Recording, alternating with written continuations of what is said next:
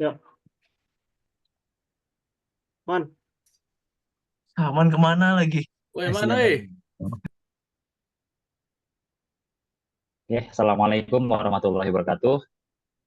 Kami dari kelompok 8 akan mempresentasikan hasil kerja kami untuk tugas mingguan dengan judul metodologi dalam IT yang mencakup RAD, waterfall, dan spiral.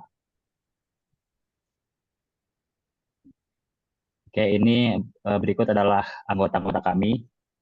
Lanjut. Izinkan saya mengambil alih untuk bab ini. Apa itu metodologi? Metodologi adalah sebuah rencana atau tahapan atau pendekatan terstruktur yang digunakan untuk mengelola, mengembangkan, dan memelihara sistem informasi. Metodologi ini mencakup berbagai kerangka kerja dan teknik yang membantu dalam perencanaan, pelaksanaan, dan pengujian proyek-proyek IT. Adapun macam-macam metodologi, yang pertama itu ada RAD, yaitu Rapid Application Development, di mana RAD adalah sebuah proses pengembangan perangkat lunak atau software yang menekankan siklus pengembangan dalam waktu yang singkat. Definisi lainnya yaitu metode yang menggunakan pendekatan berorientasi objek untuk pengembangan sistem yang meliputi pengembangan perangkat dan perangkat lunak. Selanjutnya ada metode waterfall. Waterfall merupakan salah satu metode pengembangan perangkat lunak yang lebih dikenal dengan nama Software Development Life Cycle atau SDLC. Metode tersebut dinamakan demikian dikarenakan model pengembangannya dapat dianalogikan seperti halnya air terjun, yaitu setiap tahapnya dikerjakan secara berurutan dari atas ke bawah. Terakhir, yaitu metode spiral. Spiral model adalah model proses pengembangan perangkat lunak berbasis resiko.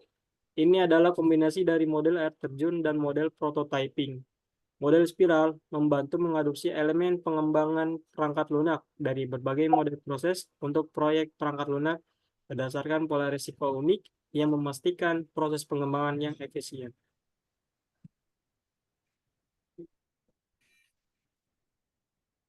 Gambaran tahapan metodologi.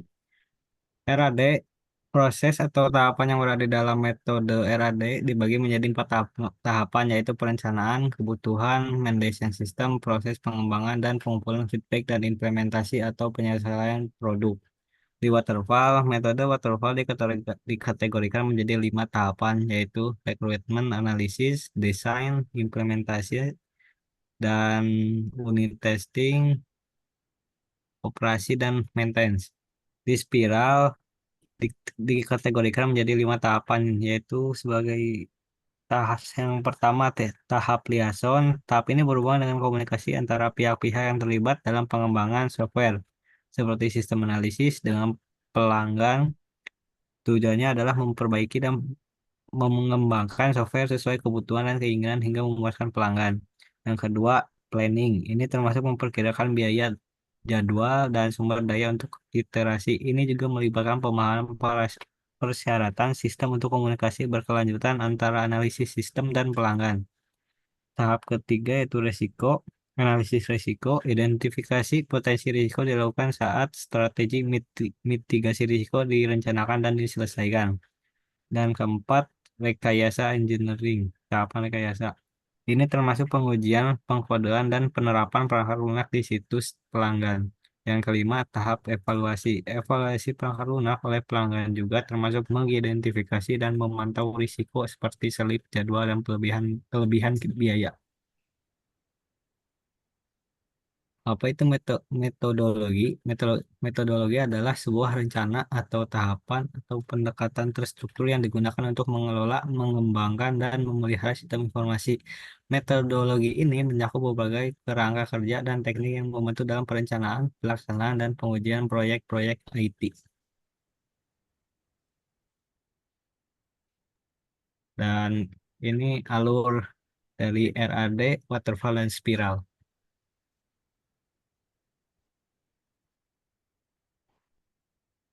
Baik, di sini adalah kelebihan dari ketiga metodologi. Yang pertama ada RAD, pengembangannya cepat, sistem feedback yang bagus, dan fleksibel untuk berbagai macam aplikasi.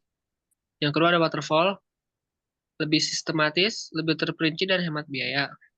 Yang ketiga ada spiral, lebih sistematis, lebih cepat, dan mudah untuk diubah. Lalu ada kekurangan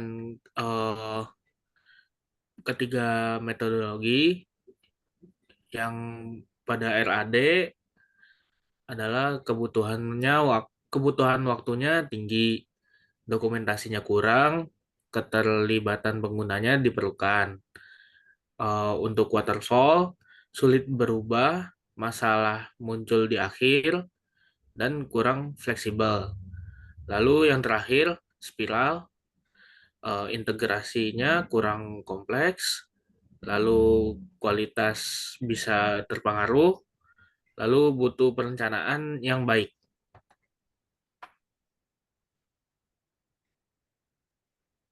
Oke, jadi kapan waktu yang tepat untuk menggunakan ketiga metodologi ini?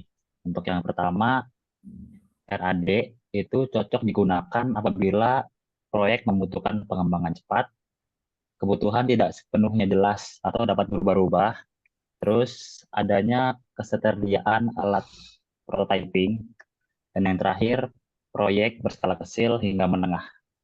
Untuk waterfall, yang pertama persyaratan jelas dan stabil, kemudian proyek berstruktur dan dapat diprediksi, yang ketiga dokumentasi yang ekstensif diperlukan, dan yang terakhir tim kurang berpengalaman dalam metodologi iteratif. Untuk yang spiral, tepat apabila proyeknya berisiko tinggi. Kemudian proyek yang kompleks berdasarkan berskala besar, kemudian kebutuhan akan fleksibilitas revisi, dan yang terakhir, stakeholder ingin keterlibatan yang terus-menerus. Jadi kesimpulannya, RAD ini cocok untuk proyek yang membutuhkan pengembangan cepat dengan persyaratan yang fleksibel. Untuk waterfall, cocok untuk proyek dengan persyaratan yang jelas dan stabil, dan di mana dokumentasi terperinci diperlukan. Untuk yang spiral, cocok digunakan untuk proyek yang kompleks dan berisiko tinggi, yang di mana manajemen risiko dan fleksibilitas sangat penting.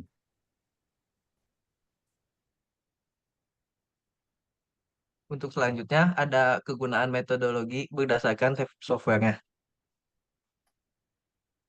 Yang pertama dari metodologi RAD atau Rapid Application Development. Metodologi RAD ini digunakan untuk mempercepat proses pengembangan perangkat lunak dengan memungkinkan iterasi cepat dan pengujian prototipe, sehingga menghasilkan produk yang lebih sesuai dengan kebutuhan pengguna dalam waktu yang lebih singkat.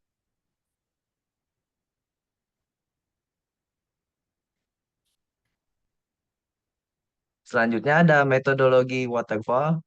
Metodologi waterfall baik digunakan untuk mengembangkan perangkat lunak dengan pendekatan yang terstruktur dan linear, di mana setiap fase proyek diselesaikan sepenuhnya sebelum melanjutkan ke fase berikutnya, sehingga cocok untuk proyek dengan persyaratan yang jelas dan stabil.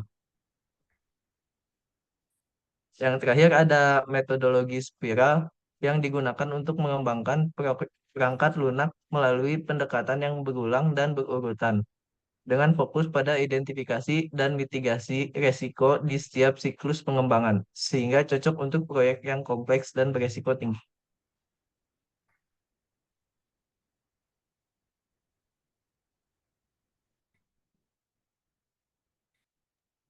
Oke, berikut adalah referensi-referensi yang kami gunakan dalam eh, tugas kali ini.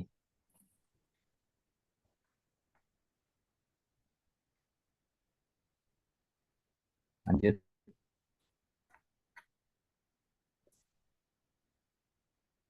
Oke, mungkin cukup sekian. Kurang lebihnya mohon maaf. Terima kasih. Assalamualaikum warahmatullahi wabarakatuh.